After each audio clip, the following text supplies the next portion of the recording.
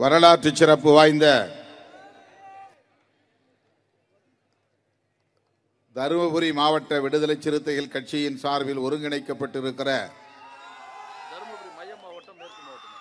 இந்த மாபெரும் முப்பெரும் விழாவை தலைமை வகித்து சிறப்பித்துக் கொண்டிருக்கிற மைய மாவட்ட செயலாளர் தாக்கு பாண்டியன் அவர்களே, மேற்கு மாவட்ட செயலாளர் பொறியாளர் கருப்பண்ணன் அவர்களே, முன்னிலை வகித்து நிகழ்வை சிறப்பித்துக் கொண்டிருக்கிற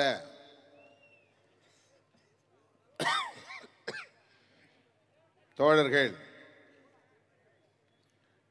கி ராஜா என்கிற மன்னன், ஆதித்தமிழன், குண்டு சக்தி, ஆட்டோ கிருஷ்ணன், மீத்து சங்கர், சந்தானமூர்த்தி, அம்பேத்கர் வளவன், தம்பி புலிவளவன், கும்மனூர் குமார், வீர செங்கோடன், ஜெகநாதன், விஜயகுமார், ராபர்ட் சொக்கன், ராஜேந்திரன், கோ லக்ஷ்மணன், அண்ணாமலை, அம்பேத்கர், செல்லன், அம்பேத் வளவன், முருகேசன், மா மோகன், நாராயணன், பே அம்பேத்கர், கார்த்திகேயன், கணபதி, அஜீஷ், நந்தன், சுரேஷ் ஆகிய முன்னணி பொறுப்பாளர்களே, நம் அனைவரையும் வரவேற்று உரையாற்றி சிறப்பித்திருக்கிற தருமபுரி கிழக்கு ஒன்றிய செயலாளர் தா குமரன் அவர்களே, இன்னொரு செயலாளர் குண்டு சரவணன் அவர்களே,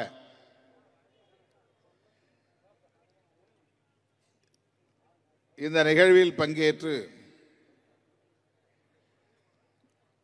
நம்மிடையே உரையாற்றி விடைபெற்று சென்றிருக்கிற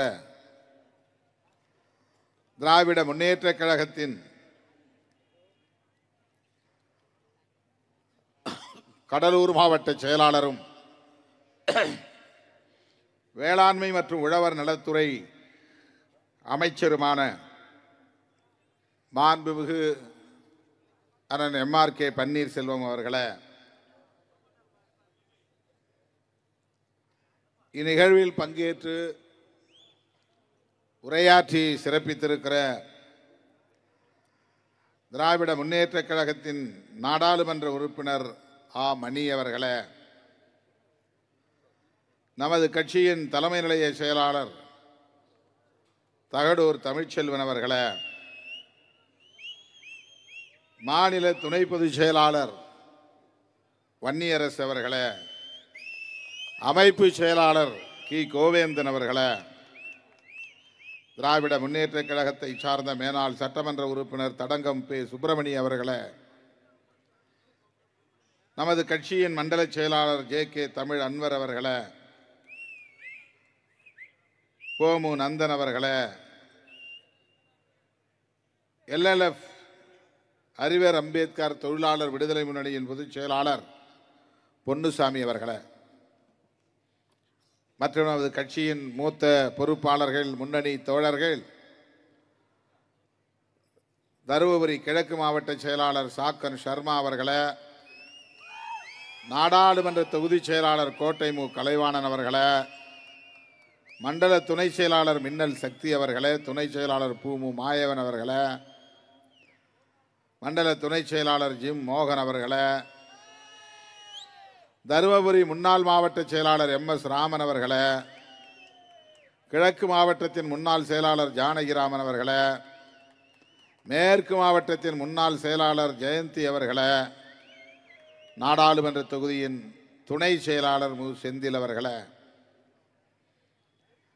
மற்றும் மாநில துணை செயலாளர்கள் பௌத்த பெருமாள், முனைவர் சிவஞானம், ஈமு கிள்ளிவளவன், மா தனலட்சுமி, ஆ மாது, கி அதியமான், மா முத்துக்குமரன், சி பெருமாள், தேவ கலையழகன், சென்னகிருஷ்ணன், தலித் சேட்டு, ராஜகோபால், சிவா, இரா சிவக்குமார், பிருந்தா சென்னகுமார்,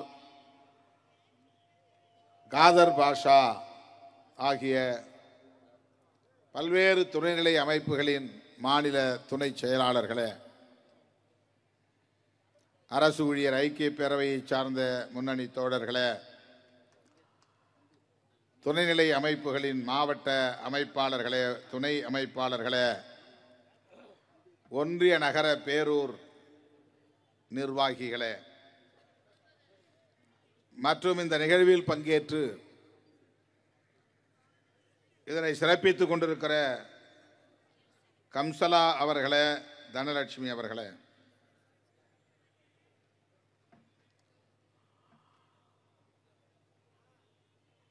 நெடுநேரமாக காத்திருக்கிற என் உயிரின் உயிரான விடுதலை சிறுத்தைகளே,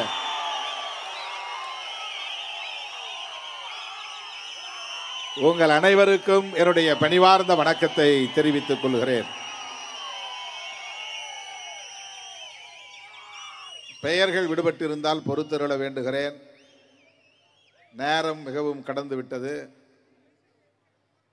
6 மணிக்கு தொடங்க வேண்டிய பொதுக்கூட்டத்தை நாம் 8:45 மணிக்குத்தான் வந்து தொடங்க நேர்ந்தது. இன்று காலையிலே சென்னையில் முதலமைச்சரை சந்திக்க வேண்டிய ஒரு சூழல் அமைந்தது. எனவே பிற்பகல் 3:30 மணி விமானம் பிடித்து சேலம் வந்து வழியில் ஓரிரு நிகழ்ச்சிகளை முடித்துக்கொண்டு மேடைக்கு வந்து சேர 8:30 மணி ஆகிவிட்டது. ஆனாலும் பொறுமையாக காத்திருந்து இந்த நிகழ்வை இதுவரையில் சிறப்பித்துக் கொண்டிருக்கிற என் உயிரின் உயிரான விடுதலை சிறுத்தைகளாகிய உங்கள் அனைவருக்கும் என்னுடைய நன்றியை முதலில் காணிக்கையாக்குகிறேன். இந்த நிகழ்வை முடித்துக்கொண்டு நான் நெடுந்தூரம் பயணம் செய்ய வேண்டும். நாளை மதுரையிலே முக்கிய நிகழ்வொன்றில் நான் பங்கேற்க வேண்டும். அதனால்தான் நம்முடைய கட்சியின் முன்னணி பொறுப்பாளர்கள், மூத்த பொறுப்பாளர்கள் பலரும் இங்கே மேடையில் இருந்தும் அவர்களெல்லாம் பேச வேண்டும் என்று நான் ஆசைப்பட்டும் கூட அந்த வாய்ப்பை அவர்களுக்கு தர இயலவில்லை. வன்னியரசு போன்ற பல முன்னணி பொறுப்பாளர்கள் மேடையிலே இருக்கிற சூழலில் அவர்கள் அனைவரின் சார்பாகவும் நான் உங்களிடையே உரையாற்ற உங்கள் முன்னால் நின்று கொண்டிருக்கிறேன். ஒரு நீண்ட இடைவெளிக்கு பிறகு, ஏறத்தாழ 20 ஆண்டுகளுக்கு பிறகு இந்த இடத்திலே இவ்வளவு பெரிய கூட்டம் முப்பெரும் விழாவாக நடைபெற்றுக் கொண்டிருக்கிறது என்பதை எண்ணி நான் பெருமைப்படுகிறேன், மகிழ்ச்சி அடைகிறேன்.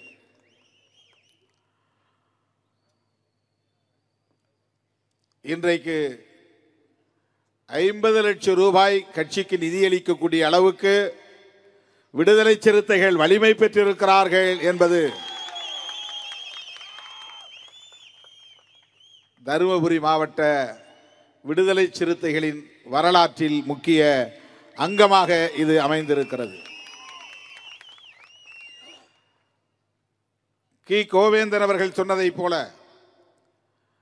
தமிழ்நாட்டிலேயே எதிலும் தருமபுரி மாவட்டம் ஒரு முன்மாதிரி மாவட்டமாக இருக்கும், முன்னோடி மாவட்டமாக இருக்கும் என்று சொன்னார். அது போராட்டமாக இருந்தாலும், நிதியளிப்பாக இருந்தாலும், பிற மாவட்டங்களுக்கு வழிகாட்டக்கூடிய ஒரு முன்மாதிரி மாவட்டமாக இந்த மாவட்டம் இருக்கும். அதை இன்றைக்கு நாங்கள் நடைமுறைப்படுத்தி காட்டியிருக்கிறோம் என்று பெருமிதம் பொங்க இங்கே பேசினார். அதை நான் வழிமொழிகிறேன், வரவேற்கிறேன், வாழ்த்துகிறேன், பாராட்டுகிறேன்.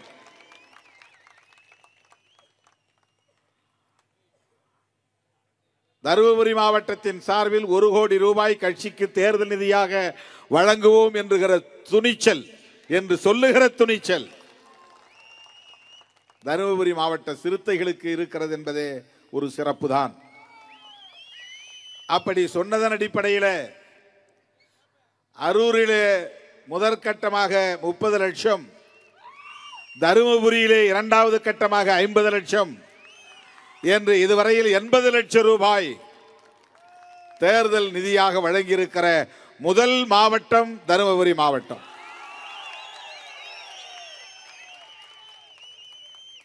நான் தகடூர் தமிழ்ச்செல்வனிடத்திலும் கோவேந்தன் அவர்களிடத்திலும் 1 கோடி சொல்லீர்களே என்று மௌனத்தால் கேள்வி எழுப்பினேன். அதை அவர்கள் புரிந்து கொண்டு மிச்ச தொகையை விரைவில் தருவோம் என்று சொல்லி இருக்கிறார்கள். 80 லட்சம், 20 லட்சம் தேவைப்படுகிறது. 1 கோடியில் இன்னும் 20 லட்சம் பாக்கி இருக்கிறது. சொன்னதை செய்வோம், சொல்லாததையும் செய்வோம் என்று சொல்லியிருக்கிறார் என்றால் 20 லட்சத்தை விடவும் கூடுதலாக தருவோம் என்று அதற்கு பொருள். தோழர்களே, முதலாக நான் தருமபுரிக்கு வந்தபோது ஒரு பொதுக்கூட்டத்தை நடத்துவது என்பதே ஒரு போராட்டம். நான் பேருந்திலே பயணம் செய்துதான் இங்கே வந்தேன்.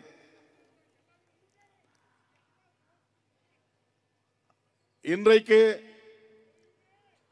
சமூக வலைத்தளங்களில் திருமாவளவன் தருமபுரி வருகிறார் என்று செய்தி போட்டாலே பல்லாயிரக்கணக்கிலே திரளக்கூடிய அளவுக்கான ஒரு எழுச்சியை இந்த மாவட்டம் பெற்றிருக்கிறது. ஒட்டுமொத்த தமிழகத்திலும் அந்த எழுச்சி வளர்ந்திருக்கிறது.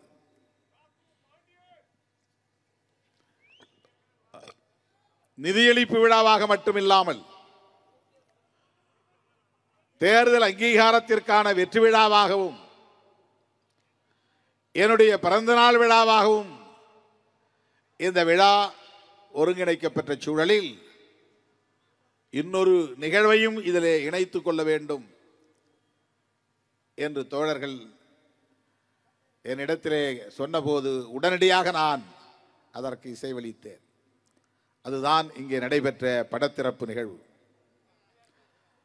தமிழகத்தின் தலித் தலைவர்களுள் முதுபெரும் தலைவர், மூத்த தலைவர், இந்திய குடியரசுக் கட்சியின் தலைவர், இந்த மண்ணின் மைந்தர், 100 ஆண்டு கண்ட மாமனிதர், பெரியவர் PV கரியமால் அவர்களின் திருவுருவப் படத்தை இங்கே நாம் திறந்து வைத்திருக்கிறோம். நம்முடைய கட்சியின் சார்பில் அவருக்கு அண்மையில்தான் கடந்த ஆண்டு அயோத்திதாசர் ஆதவன் விருது வழங்கி சிறப்பித்தோம். நம்முடைய இயக்கம் வளர்வதிலே அவருக்கு மகிழ்ச்சி. நம்மை தட்டி கொடுத்திருக்கிறார், ஊக்கப்படுத்தி இருக்கிறார். இந்த இளம் தலைமுறை எழுச்சி பெறட்டும் என்று வாழ்த்தி இருக்கிறார். நம்முடைய அழைப்பை ஏற்று அந்த விருதுகள் வழங்கும் விழாவிலே வந்து பங்கேற்று நமக்கு பெருமை சேர்த்திருக்கிறார். அந்த பெரியவரின் திருவுருவப் படத்தை இங்கே திறந்து வைத்து நாம் வீரவணக்கம் செலுத்தி இருக்கிறோம். மீண்டும் உங்களின் சார்பில் அவருக்கு எனது செம்மாந்த வீரவணக்கத்தை செலுத்துகிறேன். அதேபோல அம்பேத்கர் மக்கள் இயக்கத்தின் முன்னணி தலைவர்களுள் ஒருவரான இந்த மண்ணின் மைந்தர் பெரியவர் மணிவண்ணன், தகடூர் தமிழ்ச்செல்வன் அவர்களுக்கு நெருங்கிய உறவினர், தாய் மாமா. அவர் அண்மையிலே கடந்த ஆண்டு காலமானார். அவருடைய இறப்பு செய்தி கேட்டு நான் என்னுடைய துயரத்தை பகிர்ந்து கொண்டேன்.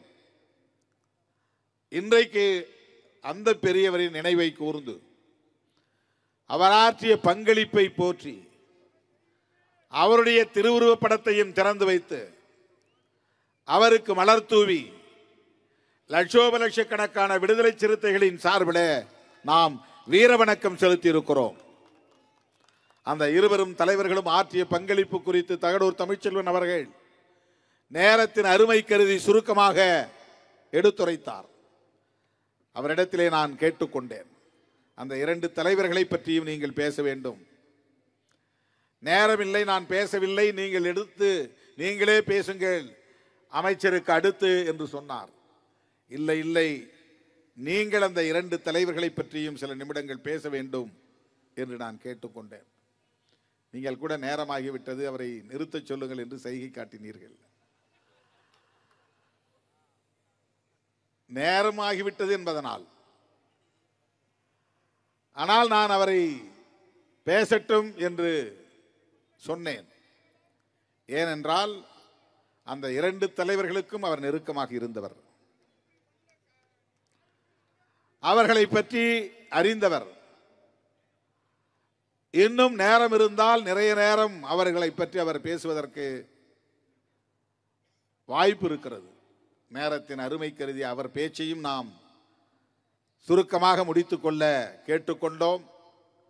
வன்னியரசுவையும் பேச வேண்டாம் என்று தடுத்து விட்டோம்.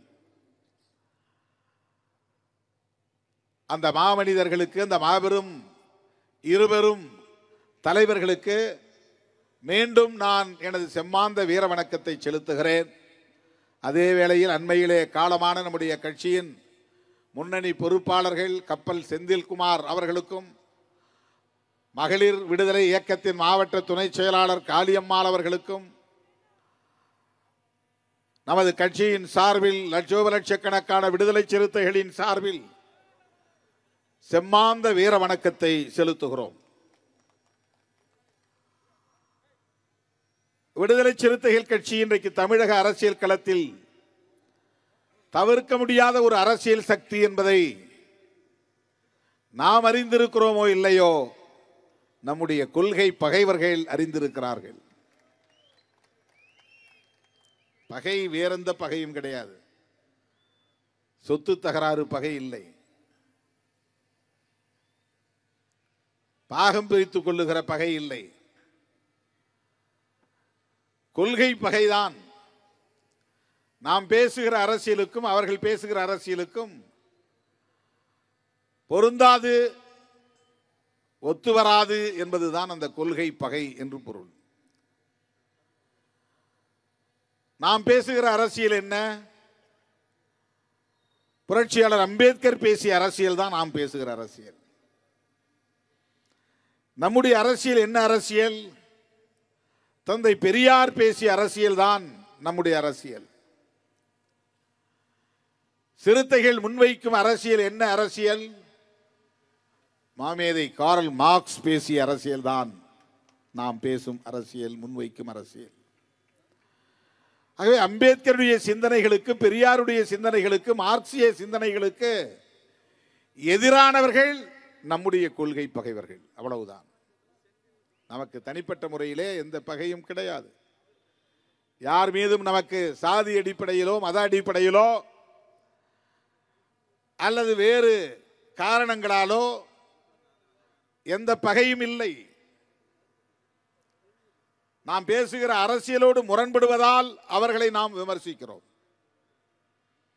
ஆனால் அவர்கள் நாம் பேசுகிற அரசியலோடு முரண்படுகிறோம் என்பதையும் தாண்டி நாம் வலுவாக வளர்கிறோம் என்கிற பொறாமை உணர்ச்சியாலும் நமக்கு எதிரான சதிகளை தீட்டிக் கொண்டே இருக்கிறார்கள்.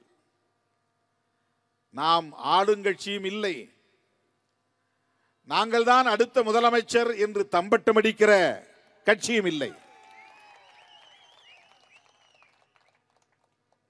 மக்களுக்காக எதையுமே செய்யாமல் கட்சி தொடங்கியதும் முதலமைச்சர் என்று விரும்புகிற, தம்பட்டமடிக்கிற பல பேர் தமிழ்நாட்டில் உண்டு.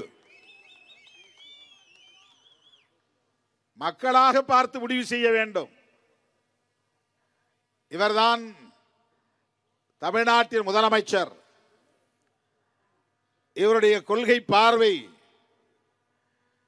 இவர்கள் வகுத்திருக்கிற செயல் திட்டங்கள், இவர்கள் ஆற்றியிருக்கிற களப்பணிகள், இவர்களின் தியாகம், இவர்களின் கொள்கை உறுதிப்பாடு, இவற்றையெல்லாம் நாங்கள் சீர்தூக்கி பார்த்ததில் இவர்தான் எங்கள் முதலமைச்சர் என்று மக்கள் முடிவு செய்ய வேண்டும். ஆனால் தமிழ்நாட்டு அரசியலில் பல பேர் புறப்பட்டு இருக்கிறார்கள். அடுத்த முதலமைச்சர் நான் தான், நானும் தான் ரவுடி, நானும் தான் ரவுடி என்று வடிவேல் சொல்லுவதை போல நானும் தான் முதலமைச்சர், நானும் தான் முதலமைச்சர் என்று பல பேர் தமிழ்நாட்டு அரசியலில் புறப்பட்டிருக்கிறார்கள். நாம் அதிகார பசி கொண்டு அரசியலுக்கு வந்தவர்கள் அல்ல, கொள்கை பசியோடு களத்திலே நிற்பவர்கள். மக்களுக்கு தொண்டாற்ற வேண்டும் என்கிற தொண்டுள்ளத்தோடு களத்திற்கு வந்தவர்கள். புரட்சியாளர் அம்பேத்கர், தந்தை பெரியார், மாமேதை காரல் மார்க்ஸ் போன்ற மாமனிதர்களின் கொள்கைகளை கற்று கொள்கைகளை உள்வாங்கிக் கொண்டு அந்த கொள்கைகளை மக்களிடத்திலே கொண்டு போய் சேர்க்க வேண்டும், மக்களை அதற்கு தயார்படுத்த வேண்டும், மக்களை அரசியல்படுத்த வேண்டும், மக்களை அமைப்பாக்க வேண்டும் என்கிற வேட்கையோடு பொது வாழ்க்கைக்கு வந்தவர்கள் நாம். நமக்கு மற்றவர்களுக்கும் உள்ள வேறுபாடு இதுதான். எங்கள் பயணத்தில் தேர்தலும் ஒரு செயல் திட்டம், அவ்வளவுதான். தேர்தலுக்காகவே நாங்கள் கட்சி தொடங்கவில்லை. எங்கள் களத்தில் அதிகாரமும் ஒரு தேவை, அவ்வளவுதான். அதிகாரத்திற்காக மட்டுமே நாங்கள் கட்சி தொடங்கவில்லை, பொது வாழ்க்கைக்கு வரவில்லை. எங்கள் இலக்கு சமத்துவ சமூகத்தை கட்டமைக்க வேண்டும் என்பதுதான். முதலமைச்சர் நாற்காலி இல்லை. அண்மையிலே நான் ஒரு தெளிவை தோழர்களுக்கு உணர்த்த வேண்டும் என்பதற்காக ஒன்றை சொன்னேன். எல்லோரும் முதலமைச்சர் நாற்காலியை குறிவைக்கிறார்கள். ஆனால் உண்மையான அதிகாரம் டெல்லியில் தான் இருக்கிறது. பிரதமர் பதவியில் தான் அதிகாரம் இருக்கிறது. அதை தமிழ்நாட்டில் இருக்கிற சில தலைவர்கள் உணர மறுக்கிறார்கள். அது ஏன் என்று விளங்கவில்லை என்று நான் சொன்னேன். அதையும் சில பேர் விமர்சிக்கிறார்கள். எதையாவது விமர்சிப்பது. உங்களோடு நாங்கள் போட்டி போடவில்லை முதலமைச்சர் நாற்காலிக்காக என்று சொல்லுகிறோம். ஆனாலும் நம்மைத்தான் அவர்கள் முதல் எதிரியாக வைத்து அரசியல் செய்கிறார்கள்.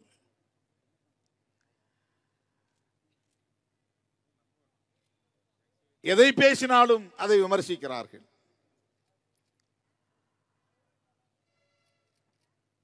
விடுதலை சிறுத்தைகள் கட்சி தவிர்க்க முடியாத ஒரு அரசியல் சக்தி என்பதற்கு இதை விட வேறு என்ன சான்று வேண்டும்? இதை கொள்கை பகைவர்கள் புரிந்திருக்கிறார்கள். அதனால் சீண்டிக்கொண்டே இருக்கிறார்கள். நாம் எச்சரிக்கையாக இருக்க வேண்டும். சும்மா இப்படி 2 பேர் சத்தம் போட்டு இருந்தீங்கன்னா, விளையாண்டுகிட்டு இருந்தா கூட திருமாவளவன் முன்னால் சண்டை அடித்துக் கொண்டார்கள். ஏதாவது கிடைக்காதா அப்படின்னு எல்லாம் கேமரா எடுத்துட்டு அலையிறாங்க, திரியிறாங்க. எங்கேயாவது திருமாவளவன் பின்னாலே போகணும். திருமாவளவன் முன்னால் யார் என்ன பேசுகிறார்கள், என்ன செய்கிறார்கள், இதை படம் பிடித்து காட்ட வேண்டும். நம்முடைய உழைப்பையோ, நம்முடைய பங்களிப்பையோ, நம்முடைய போராட்டத்தையோ, நம்முடைய கொள்கை உறுதிப்பாட்டையோ,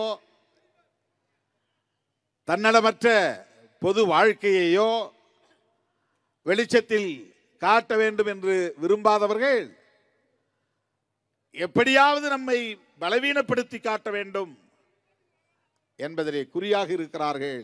அதற்கு ஒரே காரணம், நாம் உண்மையான அம்பேத்கரின் பிள்ளைகளாக இருக்கிறோம், உண்மையான பெரியாரின் பிள்ளைகளாக இருக்கிறோம்.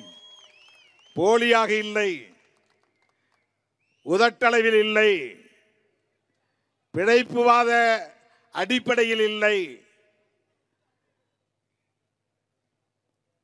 உண்மையான அம்பேத்கரின் பிள்ளைகள். அதை புரிந்து கொள்வதற்கே அம்பேத்கரை படித்தால் தான் புரிந்து கொள்ள முடியும். நம்மளை பற்றி புரிஞ்சுக்கிறதுக்கே அவங்களுக்கு ஒரு புரிதல் தேவைப்படுகிறது. சாதியவாதிகளால் நம்மை புரிந்து கொள்ள முடியாது, மதவெறியர்களால் நம்மை புரிந்து கொள்ள முடியாது, அதிகார பசிகுண்டு ஆட்டம் போடக்கூடியவர்களால் நம்மை புரிந்து கொள்ள முடியாது. குடிப்பழக்கம் உள்ளவனுக்கு எல்லாரையும் பார்த்தாலும் அவனும் குடிகாரனா தான் இருப்பான்னு நினைப்பான்.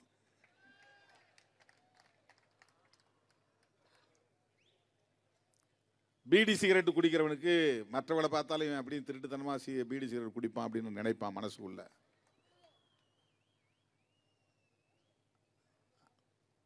அதுபோல அரசியல் களத்தில் இருப்பவர்கள் அவர்கள் எந்த கோணத்தில் அரசியலை பார்க்கிறார்களோ அப்படி நம்மையும் அளவீடு செய்கிறார்கள், மதிப்பீடு செய்கிறார்கள். அது எப்படி? இந்த சாதியில் பிறந்துட்டு திருமாவளவன் கரிமீன் திங்காமல் இருக்கிறாரு, இது அவனுக்கு வியப்பாக இருக்கிறது. ஆனால் அதுதான் உண்மை. அது எப்படி அரசியல் இருந்துகிட்டு இவர் குடிக்காம இருக்கிறாரு? எல்லாரும் குடிக்கிறானே, அது அவனுக்கு வியப்பாக இருக்கிறது, ஆச்சரியமாக இருக்கிறது. ஆனால் அதுதான் உண்மை. அதைப்போல்தான் வெறும் அதிகாரத்திற்காகவும் பொருளாதாரத்திற்காகவும் மயங்கி கொள்கைகளை விட்டு போகிற, விலகி போகிற சராசரி அரசியல்வாதிகள் இல்லை விடுதலை சிறுத்தைகள் கட்சி. எல்லாரும் அவன் என்ன செய்யறானோ அது மாதிரி நாம செய்வோம்னு எதிர்பார்க்கிறான். இப்படி ஆசை காட்டினா வந்துருவான், இதை சொன்னா வந்துருவான், அதை சொன்னா வந்துருவான். அதுதான் முக்கியம்னா, திமுகவோட இந்த சீட்டுகளுக்காக தான் நான் நினைக்கிறேன் கூட்டணி வைக்கிறோம், அவங்களோட ஒட்டிக்கிட்டு இருக்கிறோம்னா, அதை விட கூடுதலாக தர்றதுக்கு எவ்வளோ பேர் தயாராக இருக்கிறாங்க, பேசியும் பார்த்தாங்கல்ல. அதுதான் முக்கியம். நாங்கள் ஓடி இருப்போமே. அந்த முடிவெடுப்பதற்கு என்ன பெரிய சிரமம்? அது எங்களுக்கு முக்கியமில்லை. எங்கள் தலைவர் புரட்சியாளர் அம்பேத்கரின் கொள்கை வழியிலே இறுதி மூச்சு வரையில் இயங்குவதுதான் எங்கள் இலக்கு. அவர் கண்ட கனவை நனவாக்குவதுதான் எங்கள் போராட்டம். இன்றைக்கு தமிழ்நாடு மட்டுமல்ல, அகில இந்திய அளவிலே புரட்சியாளர் அம்பேத்கரை தொடாமல் எவராலும் பேச முடியாது என்கிற நிலையை இன்றைக்கு இந்த காலம் உருவாக்கி இருக்கிறது. அதிலே விடுதலை சிறுத்தைகளின் பங்கும் மகத்தானது என்பதை மறந்துவிடக் கூடாது.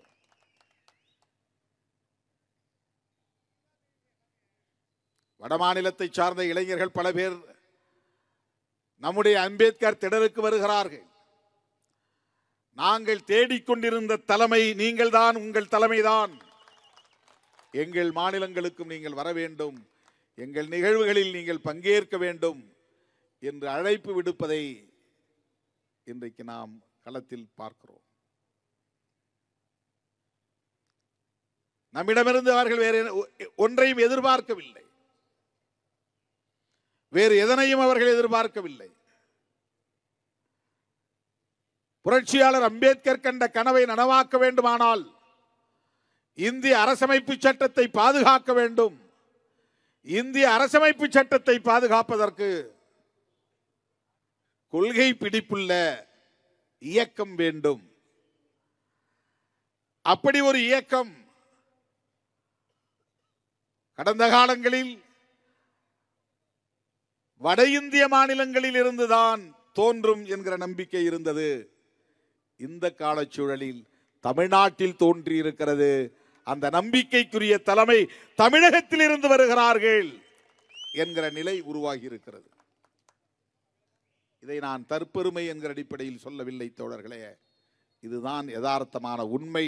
இதை புரிந்து கொள்ள வேண்டும் என்பதற்காக சொல்லுகிறேன். கொள்கை பிடிப்புள்ள நம் மீது பலருக்கும் எரிச்சல் வருகிறது. தினந்தோறும் பேசப்படுகிற ஒரு இயக்கமாக இது இருக்கிறது. எதிர்த்தோ ஆதரித்தோ சிறுத்தைகளை பற்றி பேசித்தான் ஆக வேண்டும் என்கிற நிலை இன்றைக்கு தமிழகத்தில் தவிர்க்க முடியாததாக மாறி இருக்கிறது. சாதியவாதிகள் ஒருபுறம், மதவாதிகள் ஒருபுறம், அம்பேத்கர் பெயரை சொல்லிக்கொண்டே புரட்சியாளர் அம்பேத்கரின் கொள்கைகளுக்கு விரோதமாக செயல்படக்கூடிய தலித் உதிரிகள் ஒருபுறம். உதிரிகள்னா யாரோடையும் ஒட்ட மாட்டான், தனியா இருப்பான்.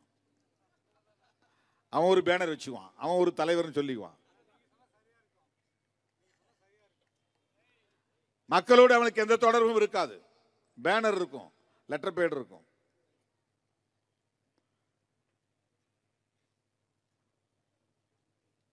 இவர்களெல்லாம் தொடர்ந்து இந்த இயக்கத்தை பற்றி விமர்சிக்கிறார்கள்.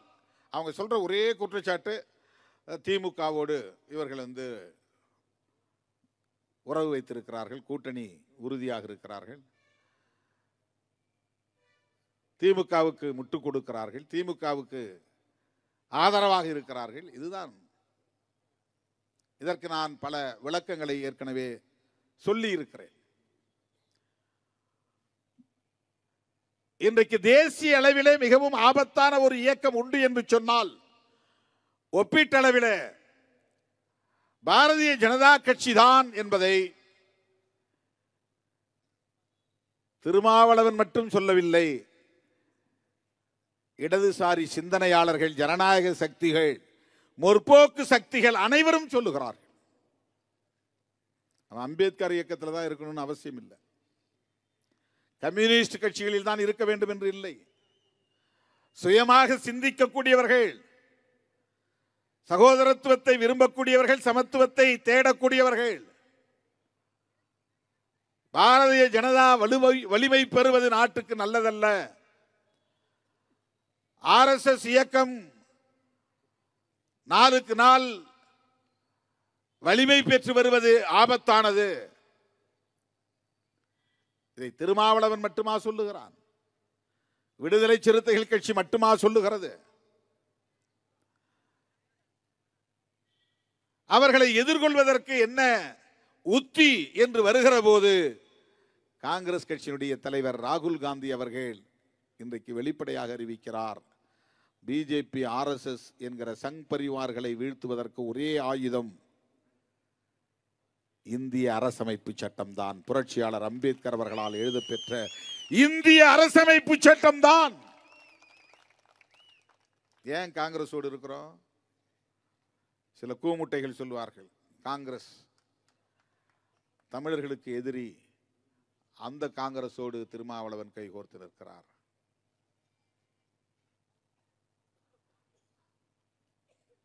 ஈழத்தமிழர் பிரச்சனையிலே காங்கிரஸோடு நமக்கு முரண்பாடு உண்டு என்பதை யாரும் மறுக்கவில்லை.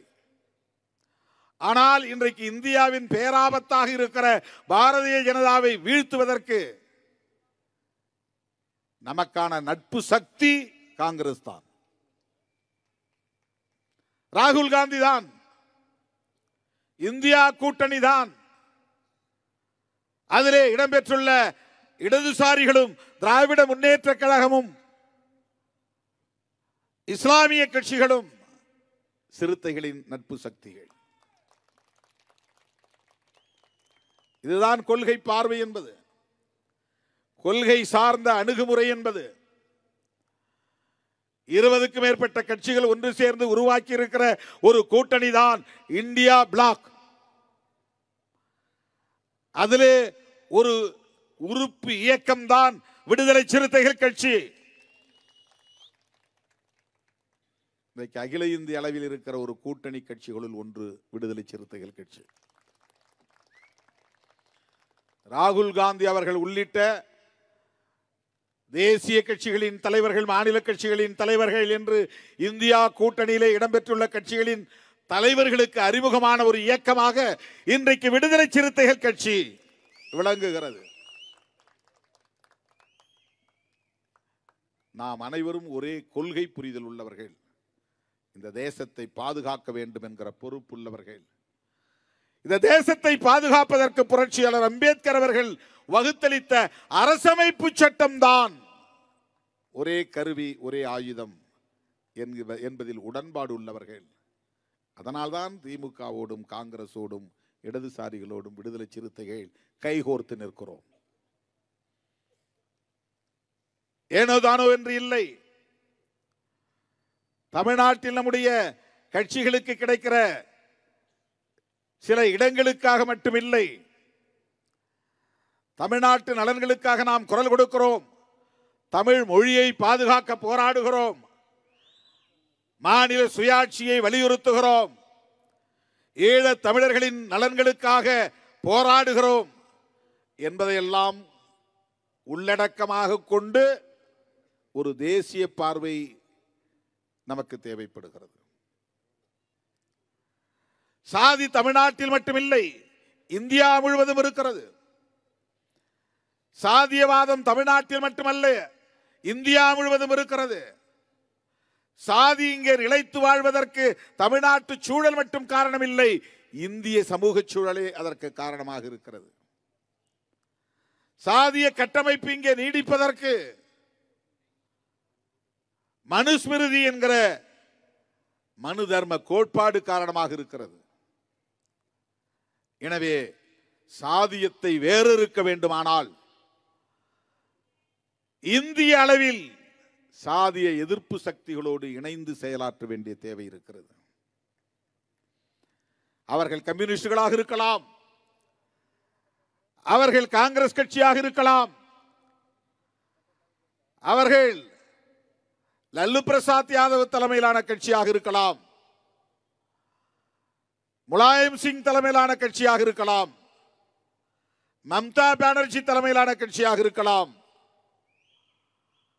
இந்திய கம்யூனிஸ்ட் மார்க்சிஸ்ட் லெனினிஸ்ட் போன்ற இடதுசாரி கட்சிகளாக இருக்கலாம். இவர்களோடெல்லாம் நாம் சேர்ந்து நின்று ஓங்கி உரத்து குரல் கொடுக்கும் போதுதான் சாதியத்தை பலவீனப்படுத்த முடியும். இந்திய அரசமைப்பு சட்டத்தை பாதுகாக்க முடியும். நமக்கு அந்த தேவை இருக்கிறது. சாதி ஒழிப்பு அரசியலை உயர்த்தி பிடிக்கிற ஒவ்வொருவருக்கும் தேசிய பார்வை தேவைப்படுகிறது. தேசிய பார்வை தேவை என்றால் புரட்சியாளர் அம்பேத்கர் தேவை. தமிழ்நாட்டோடு நாம் சுருங்கி நின்று விட முடியாது. தமிழ்நாட்டுக்குள் மட்டுமே நாம் அரசியல் செய்துவிட முடியாது. தமிழ்நாட்டில் இருக்கிற அரசியலை மட்டுமே கருத்தில் கொண்டு நாம் கூட்டணி உறவுகளை தீர்மானிக்க முடியாது.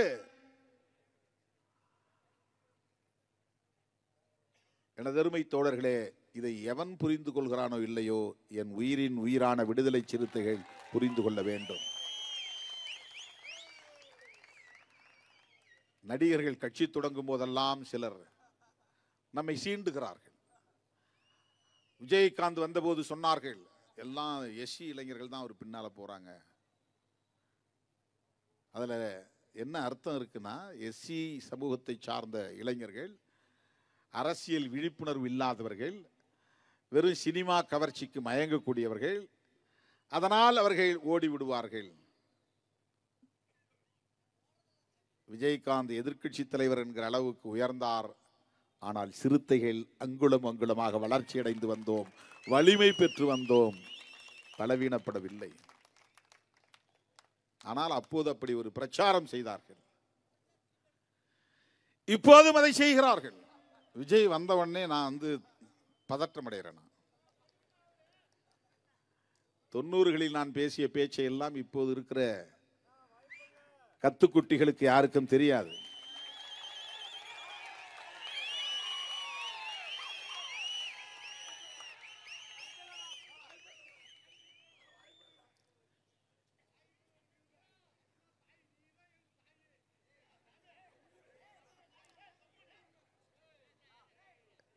ஏதோ வெறுமனே சில இடங்களுக்காக மட்டுமே நாம் கட்சி தொடங்கி இருக்கிறோம், திமுகவோடு அதிமுகவோடு நாம் கூட்டணி வைத்திருக்கிறோம் என்று தவறான மதிப்பீடுகளை முன்வைக்கிறார்கள். நம்முடைய வரலாறு அவர்களுக்கு தெரியாது. அவர்கள் திடுமென பிறரால் நியமிக்கப்பட்ட தலைமையாக மாறி வந்தவர்கள். திருமாவளவன் வேர்க்கால் மட்டத்தில் இருந்து அங்குலம் அங்குலமாக வளர்ந்து நிற்பவன். 35 ஆண்டு கால அனுபவம் அரசியலில் உண்டு. 25 ஆண்டு கால தேர்தல் அரசியல் அனுபவம் உண்டு. நம்மை சீண்டி பார்க்கிறார்கள். அவர்கள் சீண்டட்டும், ஆனால் நம்மை குறைத்து மதிப்பிடுகிறார்கள். சராசரி அரசியல்வாதிகளைப் போல நம்மை விமர்சிக்கிறார்கள்.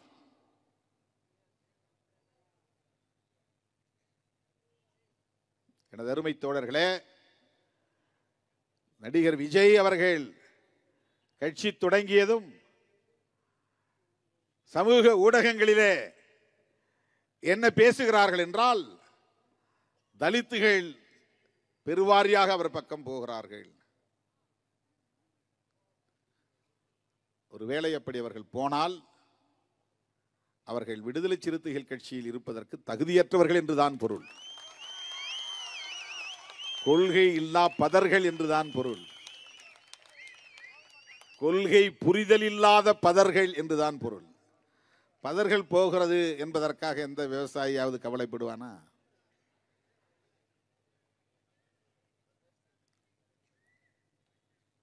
விடுதலை சிறுத்தைகள் கட்சியை விட்டு வெளியே போகிற ஒருவன் கொள்கை ரீதியாக திருமாவளவனை விமர்சிக்கிற வலிமை உள்ளவனாக ஒருபோதும் இருக்க மாட்டான். வாய்ப்பில்லை. நான் 1-2 பேர் மேல நடவடிக்கை எடுத்தான் அவனுங்க போய் சங்கராச்சாரி காலில் விழுந்து பிஜேபிக்கு போய் அப்படியே RSS சங்கிகளாக மாறிவிட்டார்கள். என் மீது நம்பிக்கை வைத்த என் உயிரின் உயிரான விடுதலை சிறுத்தைகள் புரட்சியாளர் அம்பேத்கரை தலைமையாக ஏற்றுக்கொண்டவர்கள், திருமாவளவனை அண்ணனாகவும் புரட்சியாளர் அம்பேத்கரை தலைவனாகவும் ஏற்றுக்கொண்டவர்கள் தான் என்னோடு களத்திலே நிற்கிறார்கள். என்னை தலைவராக ஏற்றுக்கொண்டார்கள் என்பதை விட புரட்சியாளர் அம்பேத்கரை தலைவராக ஏற்றுக்கொண்டவர்கள் தான் என்னோடு நிற்கிறார்கள்.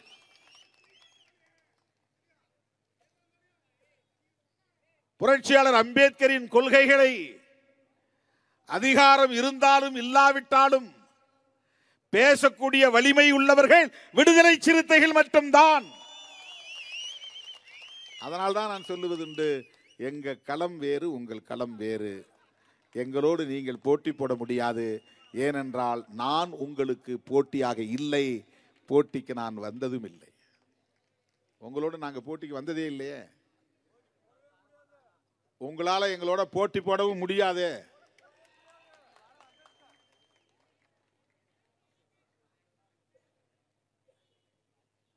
தோழர்களே, 2026 சட்டமன்ற பொதுத் தேர்தல் வருகிறது.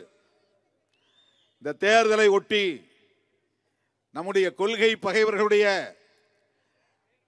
செயல் திட்டம் என்னவென்றால், திமுக தலைமையிலான கூட்டணியை சிதறடித்து திமுக கூட்டணியை வெற்றி பெற விடாமல் தடுக்க வேண்டும் என்பதுதான்.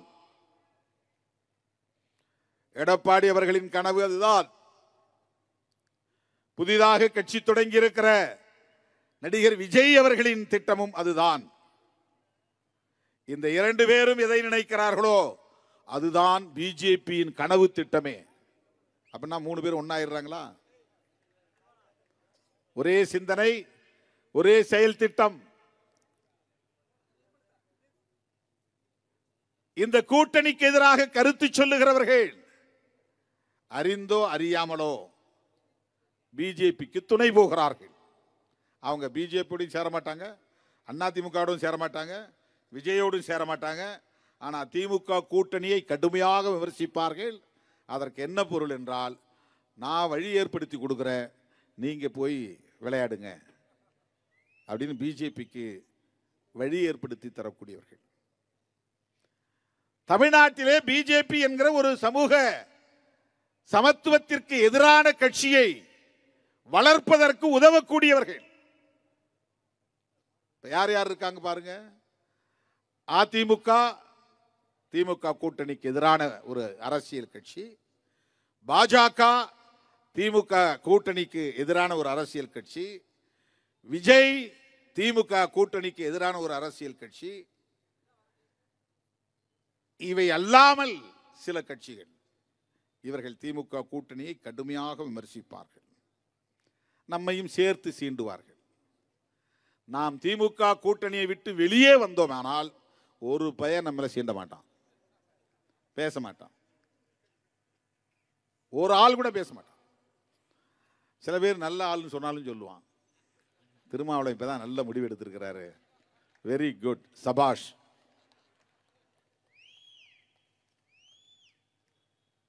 அவங்களுடைய நோக்கம் என்னவென்றால், அந்த கூட்டணியை பலவீனப்படுத்துவதற்கு யாரையாவது ஒருவரை சீண்டி ஆத்திரமூட்டி திமுகவுக்கு எதிராக செயல்பட வைத்து வெளியேற வைப்பது அல்லது வெளியேற்ற வைப்பது.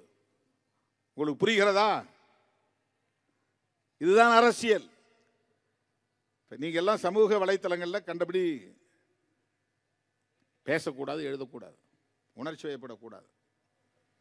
தேர்தல் நெருங்க நெருங்க கவனமாக இருக்க வேண்டும். எவனாவது ஏதாவது உளறிக்கொண்டிருக்கட்டும், அதை பொருட்படுத்தவே வேண்டாம். என்ன வேணாலும் சொல்லட்டும், அது ஒன்றும் பெரிய பாதிப்பை ஏற்படுத்த போவதில்லை. ஏனென்றால் அது உண்மை இல்லை, அதனால் அது பாதிப்பை ஏற்படுத்தாது. வண்டிக்குள்ள உட்கார்ந்துக்கிட்டு அடிங்க அடிங்கன்னு திருமாவளவன் தான் சொன்னாரு, கொல்லுங்க கொல்லுங்கன்னு திருமாவளவன் தான் சொன்னாரு. இது உண்மை இல்லை, அதனால் இது எடுபடாது. திட்டமிட்ட பொய், அதனால் அது எடுபடாது.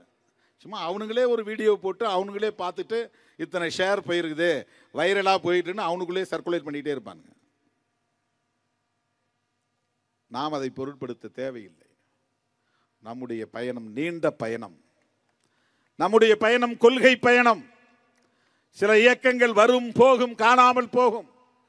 நம்முடைய இயக்கம் பரம்பரை பரம்பரையாக புரட்சியாளர் அம்பேத்கரின் கொள்கைகளை மக்களிடத்திலே கொண்டு போய் சேர்க்க வேண்டிய பொறுப்புள்ள ஒரு இயக்கம். மறந்துவிடக் கூடாது. அதுதான் மிக முக்கியமானது. புரட்சியாளர் அம்பேத்கர் கண்ட கனவை நனவாக்குவதற்கென்று ஒரு இயக்கம் இன்றைக்கு தமிழகத்திலே துணிச்சலோடு இயங்குகிறது என்று சொன்னால், இந்தியாவுக்கே வழிகாட்டுகிறது என்று சொன்னால், பிற இயக்கங்களுக்கு முன்னோடியாக இருக்கிறது என்று சொன்னால், அந்த பெருமைக்குரிய இயக்கம் விடுதலை சிறுத்தைகள் கட்சி. அந்த பெருமிதத்தோடு நீங்கள் தோளை உயர்த்தி கொண்டு வீறு நடை போட வேண்டும். சாதி பெருமிதம் பேசுவார்கள், நாம் அப்படி பேசக்கூடாது. பேசுவது அம்பேத்கரியம் இல்லை. அம்பேத்கரியத்தில் சாதி பெருமைக்கு இடமே கிடையாது. ஒருத்தன் சாதி பெருமை பேசிட்டு அம்பேத்கரை பயன்படுத்துறான்னா அவன் அம்பேத்கரை பிழைப்புவாதத்திற்காக பயன்படுத்துகிறான் என்றுதான் பொருள். அம்பேத்கர் எந்த இடத்துல சாதி பெருமை பற்றி பேசியிருக்கிறார்? அவருடைய சமூகத்தை பெருமையா பேசியிருக்கிறாரா? நாங்கள் ஆண்ட சாதின்னு சொல்லி இருக்கிறாரா? மகாராஷ்டிராவில் இருக்கிற மற்ற சாதிகள் எல்லாம் நீங்களாம் எங்களை விட கீழே தான், நாங்கள் தான் மேல் அப்படின்னு என்றைக்காவது பாகுபடுத்தி சொல்லியிருக்கிறாரா? அங்கேயும் பல தலித் சாதிகள் உண்டு. அவரை ஏற்றுக்கொள்ளாத தலித் சாதிகள் எல்லாம் உண்டு. அவர் வாழ்ந்த காலத்தில் அவரை அவமதித்த தலித் சாதிகள் உண்டு. ஆனால் எந்த காலத்திலும் அவர் தலித்துகளுக்கிடையிலே பாகுபாட்டை கடைபிடித்ததில்லை, சிந்தித்தது கூட இல்லை. அம்பேத்கரியத்தில் சாதி பெருமைக்கு இடம் கிடையாது. ரெட்டமலை சீனிவாசனை சொல்லுவார்கள், அவர் பறையர் பறையர் என்று சொன்னார், அவர் பறையர் இயக்கம் நடத்தினார் என்று. பறையர் என்கிற சொல்லை அந்த காலத்தில் ரெட்டமலை சீனிவாசன் இந்தியாவில் உள்ள எல்லா தீண்டப்படாத சாதிகளுக்கும் பொதுவான சொல்லாக பயன்படுத்தினார். தமிழ்நாட்டில் உள்ள ஒரு குறிப்பிட்ட சாதிக்கான சொல்லாக அவர் பயன்படுத்தவில்லை. பறையா அப்படின்னு சொன்னா எல்லா அன்டச்சபிள்ஸும் குறிக்கும். இந்தியா முழுவதும் இருக்கிற மகர் சாதிக்கும் கூட பறையா என்றுதான் பொது பெயர், பொது சொல். அம்பேத்கருடைய சமூகமாக இருக்கிற மகர் என்கிற அந்த சமூக அடையாளமும் பறையர் என்கிற சொல்லுக்குள்ளே அடங்கும். அதுதான் ரெட்டமலை சீனிவாசன் காலத்திலே இருந்த பார்வை, புரிதல். எனது அருமை தோழர்களே, சமூக வலைத்தளங்களில் நமக்கு எதிராக பரப்புகிற அவதூறுகளை கண்டு அச்சப்பட தேவையில்லை. விமர்சனங்களை கண்டு சோர்வடைய தேவையில்லை. திராவிட முன்னேற்ற கழகத்தோடு நாம் வைத்திருக்கிற இந்த நட்பு என்பது நாம் பேசுகிற அரசியலை பாதுகாக்க வேண்டும் என்கிற அந்த பொறுப்புணர்வோடு தான். இப்ப திமுகவை விமர்சிக்கிறார்கள், திராவிட அரசியலை விமர்சிக்கிறார்கள், பெரியாரை விமர்சிக்கிறார்கள். நாம் அதிலே கருத்து சொல்லுகிறோம். நீ ஏயா கருத்து சொல்றன்னு கேட்கிறான் ஒருத்தர். நான் திமுகவை பத்தி தானே பேசுறேன்னு. அவனுக்கு தெரியவில்லை, நாம் பேசுகிற அரசியலும் அந்த அரசியல் தான், பெரியார் அரசியல் தான். அம்பேத்கர் அரசியலும் பெரியார் அரசியல் தான். அம்பேத்கர் அரசியலும் மார்க்சிய அரசியல் தான்.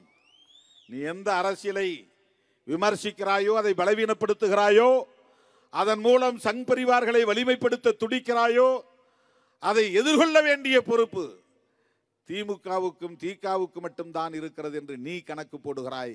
அதுவே உன்னுடைய தவறான பார்வை. பெரியாருக்கு முன்னரே பல பத்தாண்டுகளுக்கு முன்பே திராவிடம் என்கிற சொல்லை பயன்படுத்தியவர், திராவிடம் என்கிற அரசியலை பேசியவர், ஆரியத்திற்கும் பார்ப்பனியத்திற்கும் எதிரான அரசியலை பேசியவர் பண்டிதர் அயோத்திதாசர் என்கிற வரலாறு தெரியாதவர்கள் உளறிக் கொண்டிருக்கிறார்கள்.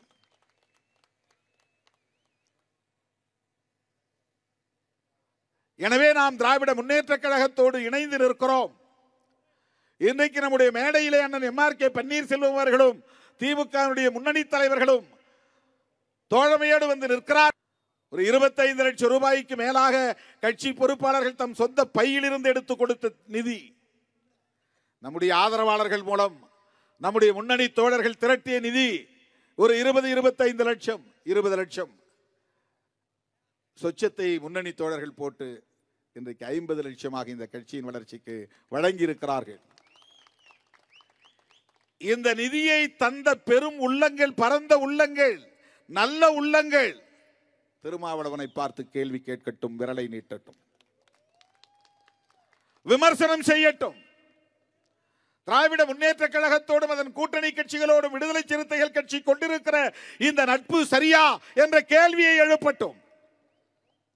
திருமாவளவன் விளக்கம் சொல்ல தயாராக இருக்கிறான். எவனோ பேசுகிறான், இந்த கூட்டணி சிதறட்டும் என்று விரும்புகிறவனுக்கு திருமாவளவன் ஒரு பெரிய தடைக்கல்லாக பார்க்கிறான். இவன் இல்லைன்னா நாங்க உப்புன்னு ஊதிட்டு போயிடுவோம், அந்த கூட்டணியை சிதறடித்து விடுவோம் அப்படின்னா விடுதலை சிறுத்தைகள் கட்சி பெரியாரிய அரசியலுக்கு எவ்வளவு பெரிய பாதுகாப்பு அரணாக இருக்கிறது, திராவிடம் என்கிற அரசியலுக்கு எவ்வளவு பெரிய பாதுகாப்பு அரணாக இருக்கிறது.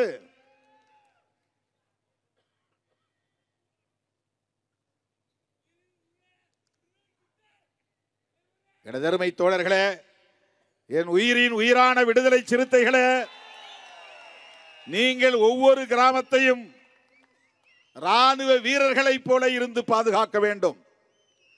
கொள்கை பகைவர்கள் அங்கே காலூன்றுவதற்கு இடம் கொடுத்து விடக்கூடாது. கோவில்களை கட்டித்தருகிறோம் என்று வருவார்கள், கோவில் கும்பாபிஷேகத்திற்கு நன்கொடை தருகிறோம் என்று வருவார்கள், ஊரிலே படிப்பகம் கட்டித் தருகிறோம் என்று வருவார்கள், கல்வி உதவித்தொகை செய்கிறோம் என்று வருவார்கள். இதுவெல்லாம் அவர்கள் விரிக்கிற வலை, உங்களை வீழ்த்துவதற்கான சதி முயற்சி, உங்களை விலை பேசுவதற்கான மறைமுக செயல் திட்டம். வீழ்த்த முடியாது, சிதறடிக்க முடியாது என்பதை அவ்வப்போது நாம் உறுதிப்படுத்தியாக வேண்டும். தருமபுரி மாவட்ட விடுதலை சிறுத்தைகள் முன்னணி பொறுப்பாளர்கள் அரும்பாடுபட்டு இந்த ஒரு வார இடைவெளியில் என்ற தொல்லை பண்ணி தேதி கேட்டார்கள். எனக்கு தேதி இல்லை இல்லை என்று நான் மறுதளித்தேன். அரூரில் தான் நடத்திவிட்டீர்களே, பிறகு எதற்கு தருமபுரியிலே இன்னொரு கூட்டம் வேண்டாம் என்று நான் சொன்னேன். இல்லை, ஒட்டுமொத்த தருமபுரியின் சார்பிலே நாங்கள் 1 கோடி ரூபாய் தருவோம். இது முதல் கட்டம் தான், 2வது கட்டத்திற்கு எங்களுக்கு தேதி வேண்டும் என்று தமிழ்ச்செல்வன், கோவேந்தன் இன்னும் முன்னணி தோழர்கள் திரும்ப திரும்ப என்னிடத்திலே கேட்டார்கள். நான் தயங்கினேன். சொன்னது சொன்னபடி இன்றைக்கு தருமபுரியிலே 50 லட்சம் ரூபாயை நீங்கள் அள்ளி கொடுத்து இருக்கிறீர்கள் என்றால் அதை வெறும் பணமாக நான் பார்க்கவில்லை. உங்களின் உழைப்பு அதிலே இருக்கிறது, உங்கள் வேர்வை அதிலே இருக்கிறது, உங்கள் சக்தி அதிலே இருக்கிறது. இந்த இயக்கத்தின் மீது நீங்கள் வைத்திருக்கிற நம்பிக்கை அதிலே இருக்கிறது. எல்லாவற்றுக்கும் மேலாக எத்தனை கோடிகளை அள்ளி தந்தாலும் திருமாவளவன் மீது எங்களுக்கு நம்பிக்கை உண்டு என்கிற அந்த நம்பிக்கை தெரிகிறது. அந்த தலைமையின் மீது நீங்கள் வைத்திருக்கிற நம்பிக்கை. தமிழ்நாட்டு அரசியலில் ஒரு தலைவனின் பொன் விழாவில் 25 கிலோ தங்கம் தந்த முதல் இயக்கம் விடுதலை சிறுத்தைகள் கட்சி. அதை வைத்து 5 கோடி ரூபாய் முதலீட்டிலே நாம் வெளிச்சம் என்கிற தொலைக்காட்சியை உருவாக்கினோம். கேட்கும் போதெல்லாம் அள்ளி கொடுத்திருக்கிறீர்கள். வறுமையான குடும்பம், அன்றாடம் காட்சிகள். ஆனாலும் திருமாவளவன் கேட்டுவிட்டானே என்று 2 கிராம் 3 கிராம் என்று ஆங்காங்கே தோழர்கள் கூட்டு சேர்ந்து அதை வாங்கி வந்து என் கைகளில் ஒப்படைத்தீர்கள். இது எதை காட்டுகிறது? உன் தலைமையை நாங்கள் வெறும் சாதி அடிப்படையில் ஏற்றுக்கொள்ளவில்லை, நீ பேசுகிற கொள்கை அடிப்படையில் ஏற்றுக்கொண்டிருக்கிறோம்.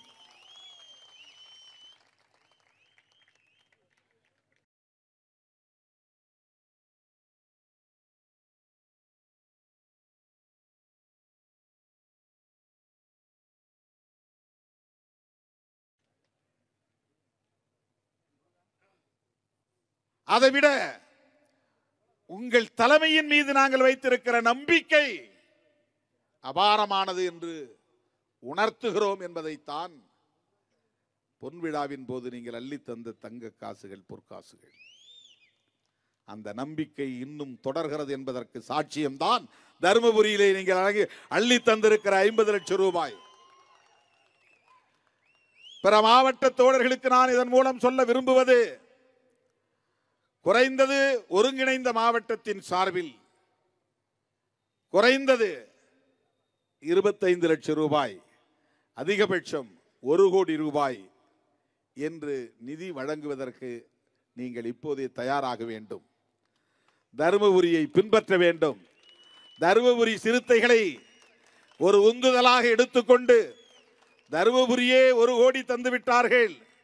நாம் சின்ன மாவட்டமாக இருந்தாலும் எளிய மாவட்டமாக இருந்தாலும் குறைந்தது 25 லட்சம் தருவோம் என்கிற அடிப்படையில் இப்போதே நீங்கள் முனைப்பாக செயலாற்ற வேண்டும் என்கிற வேண்டுகோளை விடுத்து, இவ்வளவு நேரம் காத்திருந்து இந்த நிகழ்வை சிறப்பித்துக் கொண்டிருக்கிற என் உயிரின் உயிரான விடுதலை சிறுத்தைகள் அனைவருக்கும் நன்றி கூறி, அரும்பாடுபட்டு இந்த நிதியை திரட்டி தந்த முன்னணி தோழர்கள் அத்தனை பேருக்கும் என்னுடைய பாராட்டுகளை தெரிவித்து விடைபெறுகிறேன். நன்றி, வணக்கம்.